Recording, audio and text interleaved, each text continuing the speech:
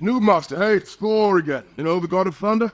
Listen, buddy, if you don't log off this game immediately, I'm gonna fly over to your house, come down to that basement you're hiding in, rip off your arms, and shove them up your butt!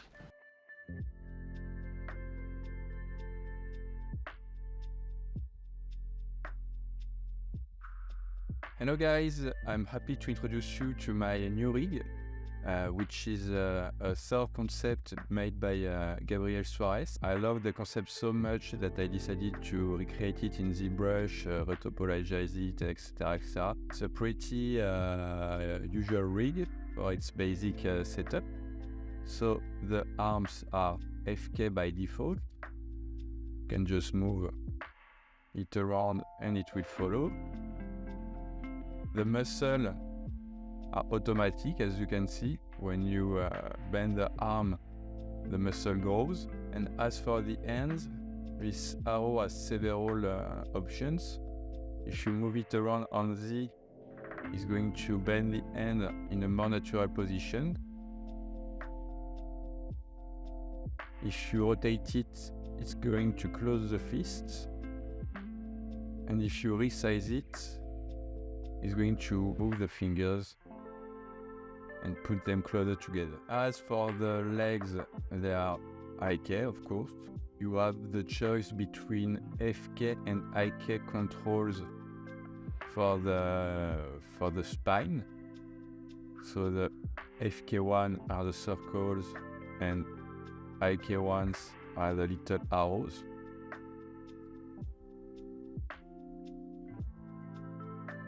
On the feet, you have a knob that controls all the rotation axis of the feet.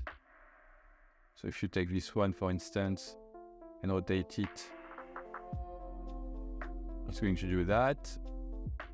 And you can also rotate it on both side axes and on the heel. So for the head, you can grab the eyes controls, of course, and the eyelids are going to follow automatically. You can grab individual eye control, and you can also move the main spec point.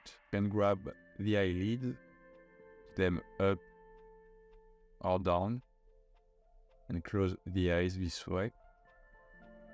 Then you have control for the eyebrows, so a main control that you can put up or down or rotate, and then 5 little controls to shape the eyebrow as you see fit. So it's not a blind shape rig, it's all based on joints. So you have to grab all individual controls to make him emote. So for the mouth, you have quite a lot of controls, of course. So you can grab the sides, the corners of the mouth, and take them on the side to make him smile, like so.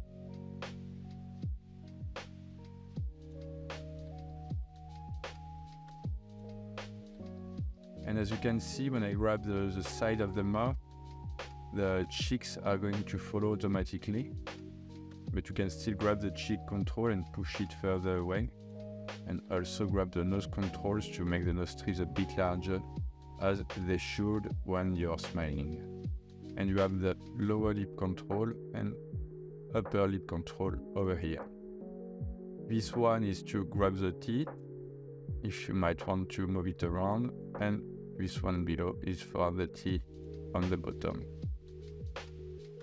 This big pink controllers is for the jaw. Then you have a set of controllers for the hair. So there is a bit of a mess to animate because he has long hair. So it's FK controls, you just have to pick them one by one and move them around. And also a set of controls for his dress. And I also made his trusty weapon, which is a Stormbreaker, or at least a cartoony version of it. So by default, I put it in his hand, and if you move his hand, it's just going to follow around. But if you open the controls in the object manager, you can just look for the accessories here, and in the right hand you see Stormbreaker, and if you put Stormbreaker out of the hand, it's not going to follow along anymore. So about the axe, you have the main controller from the center of gravity. This one is for stretching it. This one is to take it from the bottom. This one is to deform it along the movement of the axe. And this one, if you want to put the axe in something, it's going to rotate from this point. So yeah, it's just another rotation axis. So let's see the options we have in the rig. If you open the character in the object manager, you have an object which is called Thor controls. And if you click on it, in the user data, you have a bunch of controls. I'm going to open it wide. So first you can subdivide the character, which you should do only at random, or it's going to be slow in the viewport when you want to see your animation. You can activate the delta mesh, which is going to ease the deformation to smooth it, like so. Here it is on. If I turn it off, you see deformation is not so good because I'm lazy at white painting and the delta mesh was doing all the work for me. So you should also activate it when you want to render your character. So here you can change the size of the pupils, the size of the eyes, you can unstick the lips. About the hair, as it is a mess to animate, I put a system that moves them gently around automatically. And you can change this with these controllers here.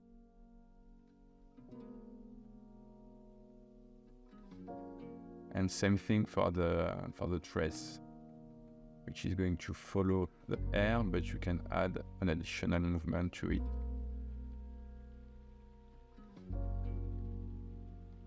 Of course, you have squash and stretch deformers for the whole body, on the top of the body, for the head, from the bottom, from the up down. You can bend the character and change the bend axis.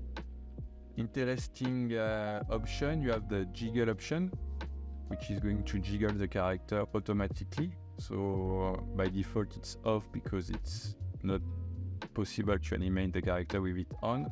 But let's say we have an animation from here to here, and I'm going to turn on the jiggle body, and you can see my character is jiggly, and I can put it all the way up or less powerful. And as you can see, the axe is not moving with it. It's because I should tick also the jiggle accessories option here. And now the axe is moving along.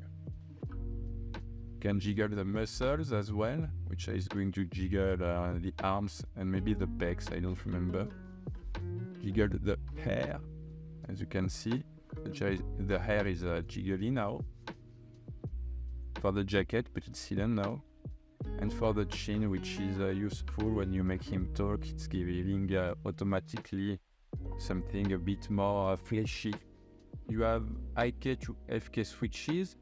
So for the arms, if I put it up to 100, now the arms are IK. And same thing for the legs. Now it is. I did something that is very fashionable now in 3D, and I wanted to see how I could include it in this rig, which are smears. So you can tick this box here for the right arm smear, for instance, and you see it's going to display new arm. And what is if the arm is moving fast, Maybe you want to have another arm following the main arm to give the illusion of motion blur. And so this is the option to do it. And so you have controllers on this arm as well to make it look like however you want. And you can also shear it like so to make it longer.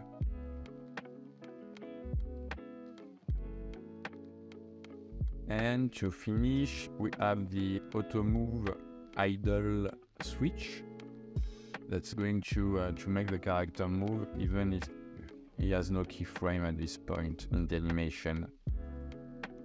And you see the character is moving slightly, giving the illusion of life. And you can put it down or all the way up as you please. There you go. I hope you like this Thor rig and you have fun with it. And if you do anything with it, please hit me up with a message. I would be glad to see what's made with my work. Bye!